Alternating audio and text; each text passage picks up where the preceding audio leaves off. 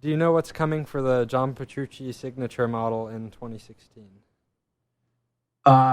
I'm assuming they're asking about Music Man. Yeah, I think Music Man. The answer is I don't. Uh, I have no idea. Do you guys have any plans to do anything with the game changer in the Majesty guitar? um, I think at some point, it's always something that we discuss in passing. Uh, I think we need to um, incorporate the technology into the rig, Hmm. uh, if that makes any sense. Yeah, It's one thing to hook it up to a computer and change pickup configurations or whatever, but it's another thing to actually be able to control it in a live environment. So right. Yeah.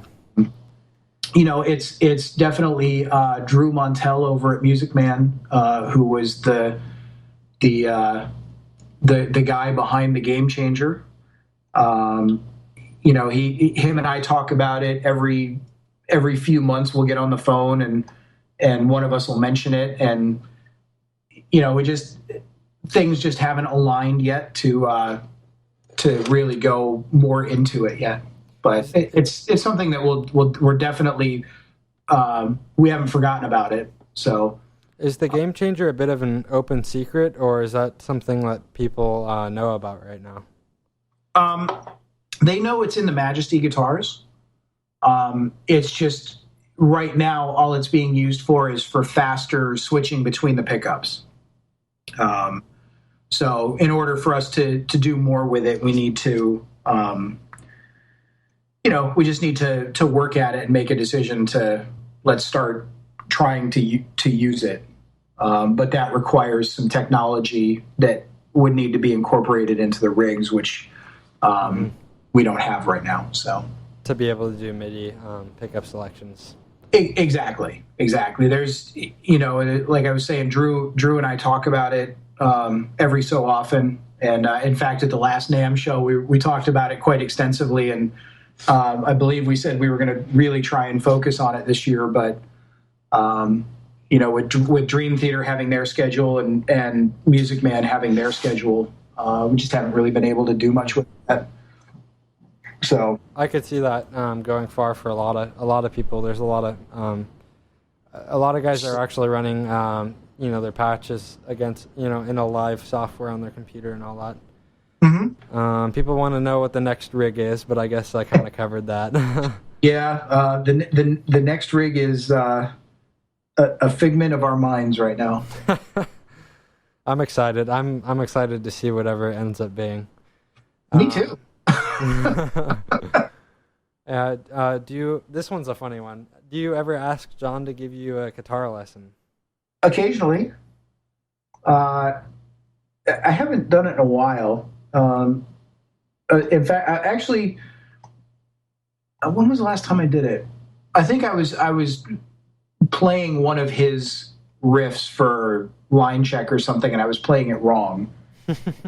He just happened to be there and corrected me on it. But yeah, he used to give me little lessons all the time. He'd be warming up in the dressing room or something, and if I happened to be down there and walking by, it's just sitting. I like to sit and watch him warm up. Yeah. It's pretty incredible to be able to sit and watch a guitar player like him warm up. Because there's a whole structure and technique behind warming up, and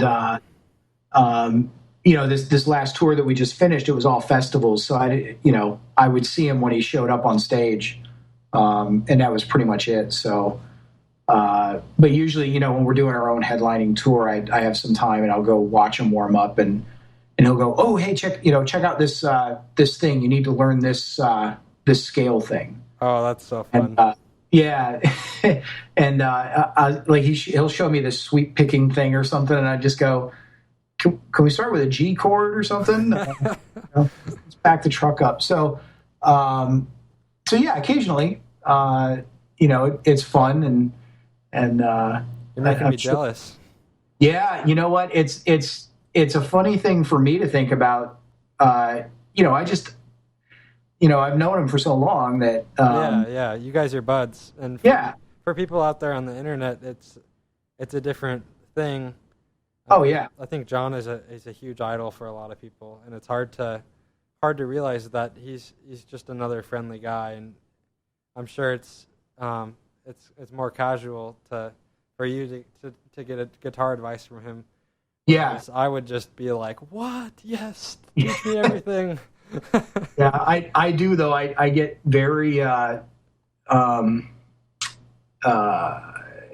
not embarrassed might be the wrong word, but I clam up. Like if I'm doing line check and I'll be, I think I've got the pull me under riff pretty much down now. So now that he's corrected me on it, so I'll be playing that, but I know when he walks in the room because I just clam it completely. I'm like, all right, I'll play a G chord. Yeah. How's that sound? Sounds good. Yes, I get very self-conscious. That's the word I was looking for. I mean, that's kind of inevitable. If John Petrucci walks into the room and you're playing guitar. Yeah. It's, I know he doesn't ever mean it to be like that, but I just go, all right, you're the pro. One of the questions that guys had was, it literally was just as short as this: is John Petrucci nice? Yeah, absolutely. It sure seems like it from all the rig videos I've watched. I've worked with a lot of guys over the years, and I've been fortunate enough to work with nice people. Just about every artist I've ever worked for has been a nice person. So, I know there's guys out there that aren't. I've been fortunate enough to not have to work with them, but John is like you said, we're buds. We have a relationship that goes beyond the work environment, and that's a rare thing, and it's great. I love working for him. I love hanging with him. Whenever I'm in New York, we almost always get together in some capacity. Yeah. So yeah, it's great. That's fantastic. Yeah. Somebody wants to know who makes the rack enclosure for the rigs. A&S cases, and it's the Crizcraft style. A&S bought out Crizcraft several years ago. And that's the style that John likes and I like. So A&S Case in California makes them. Okay, yeah. Somebody asked, do you sometimes confuse the patches that you save for different songs? Does the MIDI stuff ever get confusing? Or I mean, yes. I guess that's a different question. But because once you, like for us, once we get the basic presets laid out, like I was saying, the 2 clean, 2 rhythm, 2 lead. Occasionally we'll have another bank for a different song that has a different set of presets rather.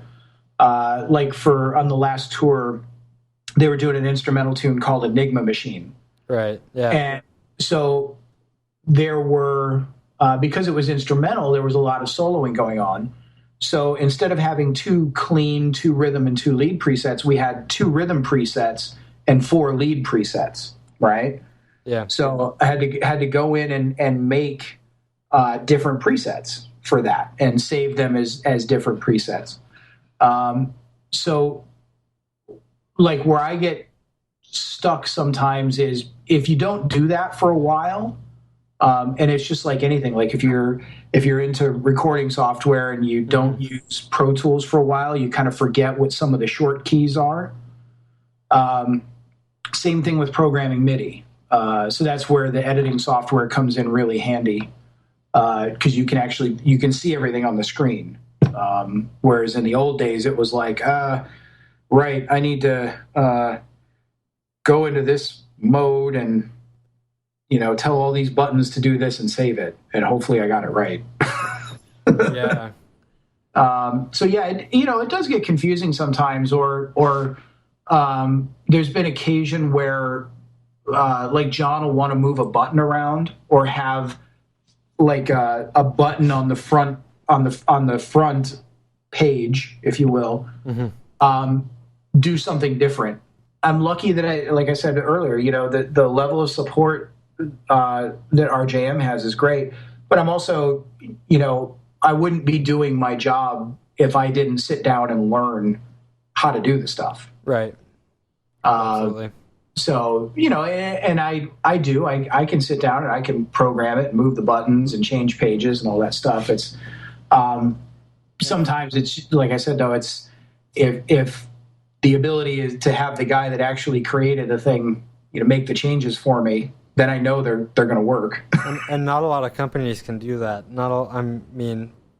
It's kind of like how Mesa Boogie used to be, and a lot of other guys where you could call and get, the guy who made it on the phone. Right. Something special about that, huh? Yeah. Somebody asked, John Petrucci has a signature pick. They said, I think its thickness is close to 2 millimeters.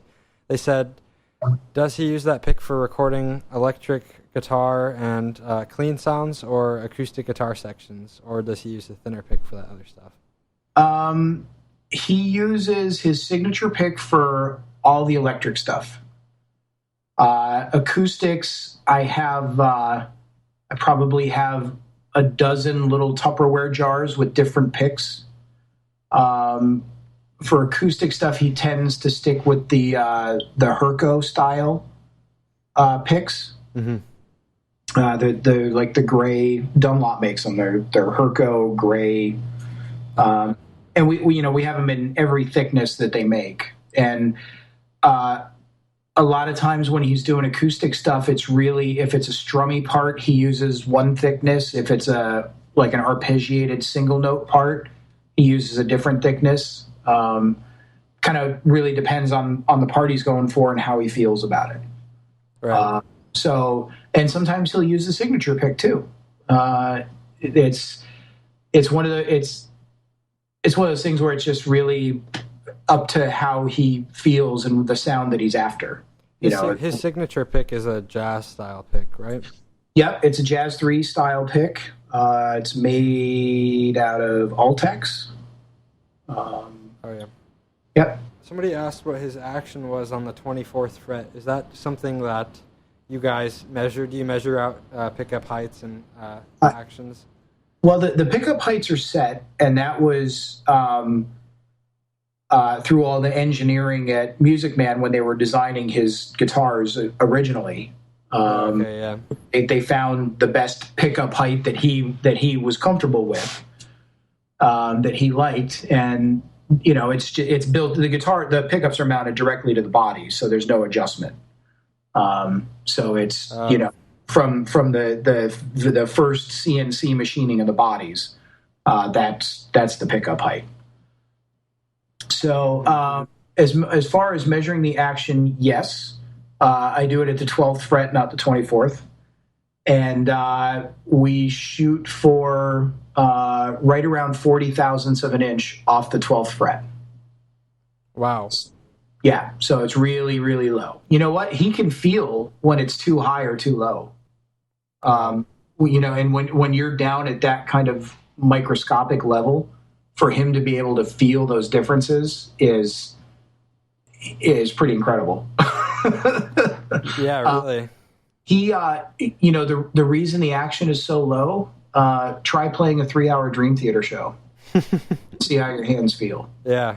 The whole guitar is built around his style of playing and his hands and his body. Every contour on the guitar, the shape of the neck, the size of the frets, the radius of the fretboard, how high the pickups are, where the tremolo sits on the body, everything is designed around him. So it's like they do in the Formula One races, is they build the car around the driver. That's right? Yeah. So if the driver is a certain height and a certain weight, then they build the car around that. And I've heard him refer to his guitars as like his Cherry Burst BFR 7. He's like, this is my Formula One car. This is my speed guitar. Yeah, that's and that's how I always describe it. It's really kind of what it is. It's he's the race car driver, and the guitar and the amps and the rig are the car, and I'm the mechanic. Does he use his Majesty mostly right now, or what would you say his top like 5 guitars are that he goes to? Majesty, definitely. Let's see, on the last tour, I only had 6 guitars out with each rig, so I can tell you what each one was. Okay. I had a Majesty 6-string, a Majesty 7-string. 2 Majesty 7-strings. I had 2 JP15s, which are the new guitars. One is this blueberry color that they're doing a limited run of. Oh, yeah. The other one was the Sahara Burst, which is the regular color, I guess it comes in. And then I had a BFR baritone for 2 songs. Mm-hmm. So that was it. Yeah, so it was predominantly Majesties are what he plays the most now. But he can just as easily pick up a JP15 and play it, no problem. Yeah. So yeah, that's the nice thing about his guitars. Even though they're the Majesty is kind of like the all the design stuff from all the years of trial and error and building things, all kind of culminated in that guitar. So that's really like the pinnacle guitar for him. It's a true extension of him. Absolutely. And the other guitars are as well. They're just the Majesty's a little more curvy and sleek. But I love the JP15s myself. I have a JP6 Mystic Dream loaded. Oh yeah. The old school original, but yeah. I've been drooling over the Majesties. Well, they do have that color. Arctic one. The Arctic Dream. Yeah. That's pretty nice. Yeah. Yeah, that's a pretty cool color. It's we John was telling me about these new BMW cars and this new frozen paint that they had. We were in the studio and we were walking into the studio and I went, "Hey, that frozen paint you were talking about?" And he said, "Yeah." I said, "That probably looked cool on the new guitar." And that's before we had the name Majesty. We were just calling it the new guitar. and that was one of the nicknames for it. And so that's kind of how those colors started. Was just one of those in passing moments of, "Hey, that would look cool on the new guitar, don't you think?" And a couple of phone calls and emails later, and next thing you know, we've got color samples. I heard him talk about the blue one when they first were launching the guitar. He's like, "Yeah, it's like a classic BMW blue." Like he was excited about that. Yep, that's cool. Yep, I don't know which color is my favorite. I like them all. Yeah. The Artisan series is pretty cool. Somebody wants to know if John ever uses a fret wrap in the studio. You know what? We do. It's something very low tech though. It's a polish rag. There you go. Yeah. Yeah. I've heard of people using little hair ties, just wrapping them around. That's fun. Yep. We just take a polish rag and he'll just lightly tie it around the nut area on the guitar. It's just like when he's doing all that tight rhythm tracking. It helps, just kind of keep all the little noises down. So while we're on that, does he ever try to mute the springs in the back of the tremolo too? Because I know some of that really, really high gain type playing. Yep. Yeah. Yep. Yeah. I'll use some sort of foam in there. We've tried different things. I've tried packing the springs like we used to do in the old days with the Floyd Roses. Pack them with cotton. which doesn't work so well. But usually I just take a little bit of in Pelican cases, they've got this pick and pluck foam that when you pluck the little square out, it's just about the right size to fit in between the springs. Oh, okay, yeah. And cause any friction. So, I've tried kind of rubberized foam and stuff like that, but without actually like hampering the springs, which then hampers the tuning of the guitar. We deal with it a little bit. Some guitars are more harmonically active than others. So, some of the guitars, the springs will kind of ring a little bit, and some of them they don't. Mm-hmm. So, somebody asked, does he use any effects on his overdrive tone, like delay or reverb, while he's recording? And so, like, do you guys ever just record a solo and then go back and reamp it to get delays on it? That way you have the option, or does he figure out a tone that he likes and go with that for the recording? Usually, on the recording part for solos, we'll add like a delay or a reverb or something post. So we'll just monitor with it. It doesn't actually get committed to the recording track. Gotcha. And then what they do during the mixing process is the engineer will add delays and things like that for the solos that they print down to the 2-track mix. But, occasionally he'll track with like a pedal on the front end, like a phaser or a flanger or something like that.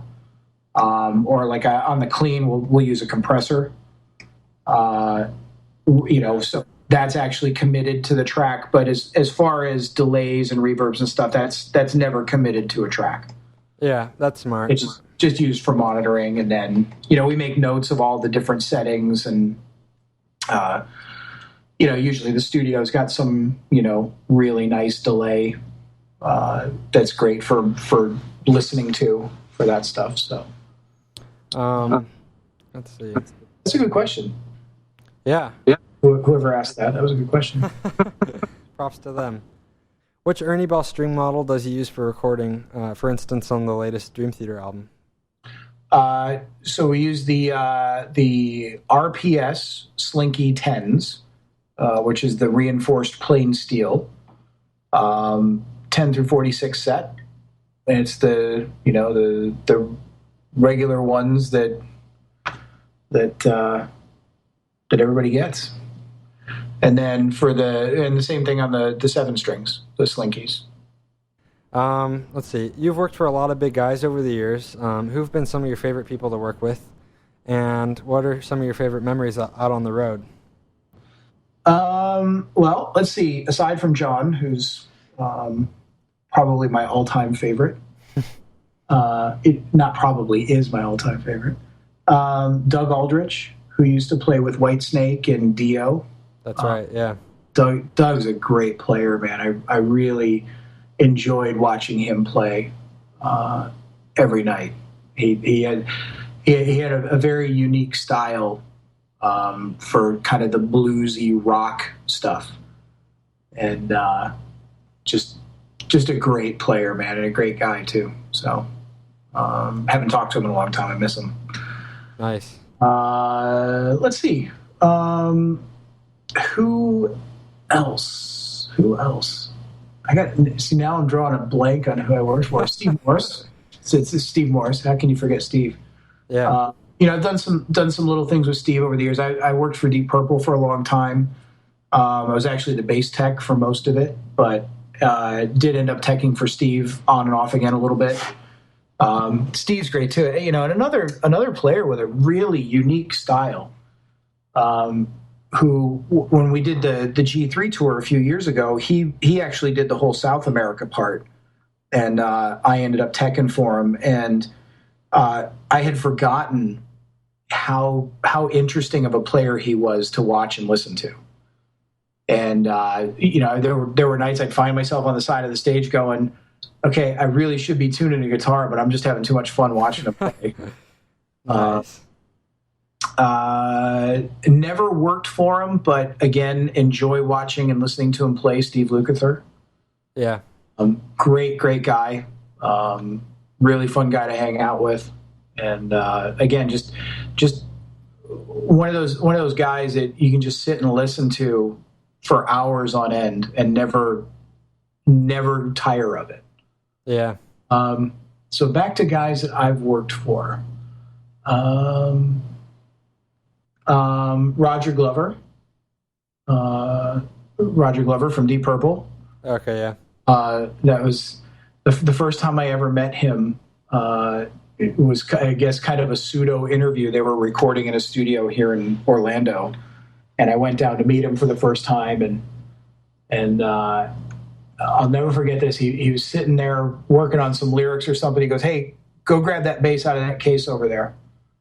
And I pull it out, and he goes, "You know what that is?" And I'm thinking to myself, smart ass kid. I'm thinking, that's a black Rickenbacker bass.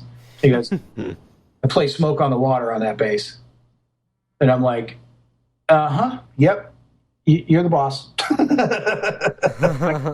Understood.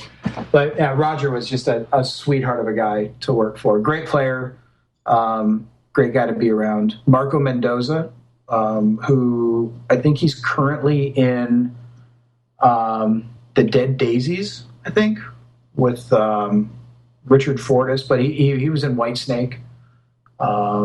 He's played with everybody. He's kind of one of these guys. It's the on-demand rock bass player For sure. But he used to do this gig on Tuesday nights in L.A.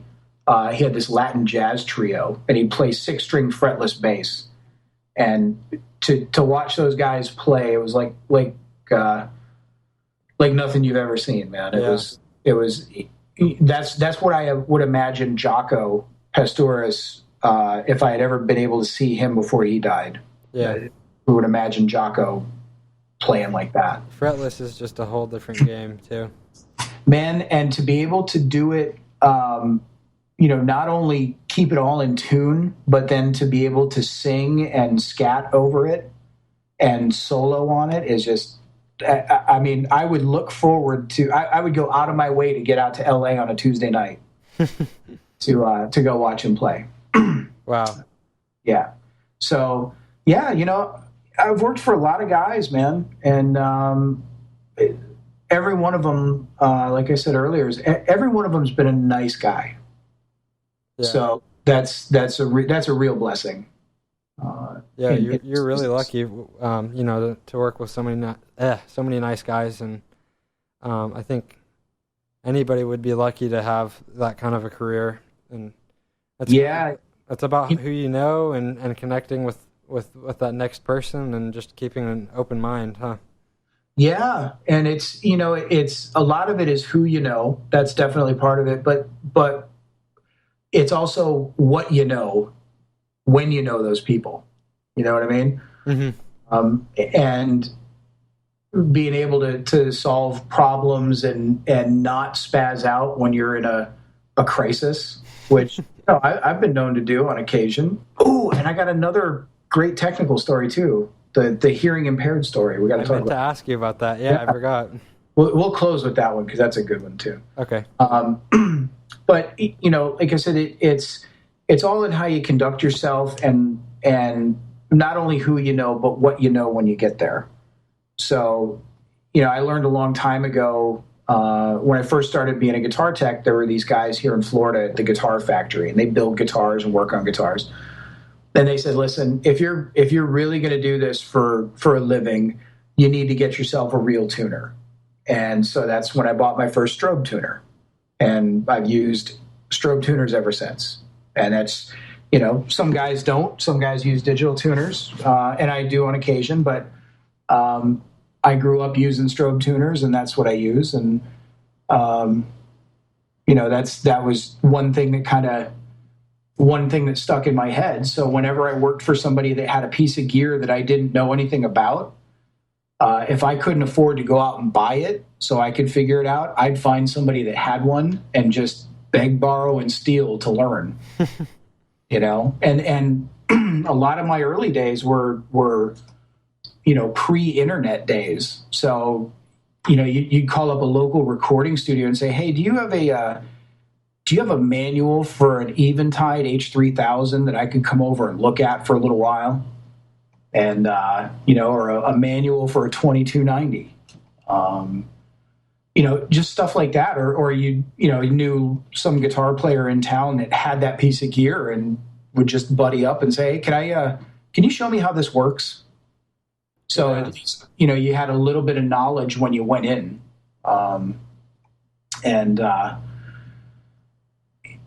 That's a big thing. And with all the new stuff, all the modeling stuff and all digital this and whatever. MIDI that, it's, you really gotta be on top of it. Just so when something does go wrong, you can know what to do. Yep. So what's this hearing impaired system? The hearing impaired system. So this was just a minute ago. I talked about not spazzing out. This was a spaz out moment. So on the last Dream Theater World Tour, we were somewhere in the UK and got all set up and do line check for the sound guys, and everything's great, man. Guitar sounds great. The ear mix sounds good. Everything's perfect, right? The machine is greased. We're gelled. We're moving along. Everything's great. Well, the band comes in for sound check, and I give John the guitar, and he turns up the volume pedal, and it just starts squealing like nobody's business. I've never. I'm just like, what the hell is going on? So I said, hey, hang on. And I'm starting to panic a little bit because I went 5 minutes ago when we did line check. It was perfect. It wasn't squealing. I'm asking the sound guys, did you guys turn on some front fill speakers or something just now? Was, trying to just cycle through a problem solving checklist to figure out what changed, right? Because I didn't change anything with the guitar rig. So is there something else in the environment that changed? So, for about a half an hour, I'm repatching the rack. I'm going, I wonder if it's a tube. Doesn't sound like a tube, but let's rule it out. So I'm plugging the guitar straight into the preamp, straight into the power amp. It's still squealing, and the squeal goes away every time I disconnect from the preamp. So I went, okay, but I don't think it's the preamp. It's not a tube, right? So I keep going through all this stuff, and finally I just say, after about 45 minutes, I say, listen, I don't know what it is. We got to get through sound check, so let's just cope with it, get through sound check, and I'll get it figured out by showtime. And John went, no, I want it figured out now because this is driving me crazy. I can't play this. Oh, man. So we're moving speaker cabinets because we've got a set of cabinets that live off stage. They're mic'd up for the PA. Yeah. And I thought, well, maybe, when the band started sound check or something, they goosed up the PA a little bit and it's causing some weird feedback thing. And one thing I noticed through all of this problem solving stuff, going through all the things, is anytime I got near John with the guitar and the volume was up, I could hear us talking, right? Oh. Very faintly. So, and we're trying different guitars, we're trying different cables, everything. And finally, everybody's standing in front of the stage now looking at me, the production manager, the tour manager, the promoter, the guy from the venue, everything. And I'm standing there and I finally look at the guy from the venue and I go, is there a hearing impaired system in the venue? And he goes, yeah. I said, is it turned on? Well, hang up. It's on hold on. It's up on the 4th floor. I got to walk up there. And I said, well, here, take a radio with you. And when you get up there, let me know if it's turned on or not. So a couple minutes later, over the radio, yeah, I'm up here. It's turned on. And I said, okay, turn it off. Okay, it's turned off. Turn the guitar up. No squealing. So I said, leave the guitar turned up. Okay, turn the system back on. As soon as it turned on, it starts squealing again. Everybody's looking at me like I'm out of my mind, right? And they go, how on earth did you figure out it was a hearing impaired system? And I said, well, to be honest with you, I don't know. At some point in my career, though, this must have happened to me many, many, many years ago. And somewhere in the back of my brain, it said, ask if there's a hearing impaired system. But what it was doing was, it was an old style system. It was basically an inductor, right? So around the balcony of the venue was this 2-inch wide copper strip that was connected to an amplifier. Oh, okay. And there was a microphone hanging in the middle of the venue. Well, apparently the thing was set up on a timer or something. So at a certain time of day, it just turned itself on, right? And that's why when I did line check, it was fine. When the band came in, it wasn't fine. Bizarre. That's so weird. Yeah. And because of all the high gain electronics and the high gain amps and everything, it was just amplifying the crap out of it. And it was just having a reaction. And what was funny is later on, the house guy came up to me and he said, you're not the first person to have problems like that in this venue. He goes, but it's not everybody. It's usually only the guys with all the high gain amps. And I went, well, there we go. Now when it does it again, I know what it is. So, but that was, I actually did say to John at one point, I said, I don't know what it is, and I can't think of anything else. I don't know what to do. And that was a small moment of defeat in the whole process where you go, I really have no idea. And then, but the thing that kept sticking with me was hearing our voices whenever the guitar volume was up. And I'm just like, man, there's something in the atmosphere creating this. Yeah, and it wasn't just the one guitar, huh? No, it was every guitar. It was every cable. It was everything. So that's when I finally got to the point where I said, it's not me. It's not my stuff. So, that was a, I got a round of golf claps at the end of that one from everybody.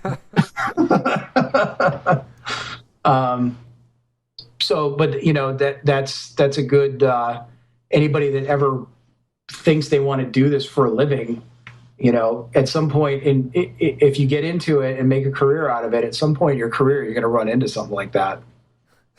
So, yes, for all those aspiring techs listening, keep the hearing impaired system in mind. That's right. In fact, our bass tech came up to me and goes, I cannot wait for the day that I get to use that line. Oh my gosh. Is there a hearing impaired system on? That's right. That's it. Wow. That's great. That's it. It's been such a pleasure talking to you. Same here. Truly an honor. It's my pleasure. I enjoy it. And, when we get some new stuff happening, we'll have to do it again. Absolutely. Yeah. I'm looking forward to the next time and try to stay out of the heat there in sticky Florida. You know what? It just started raining, so it'll get hotter later. All right. Take it easy, Maddi. Great. Thanks, Ethan. Bye. Bye-bye.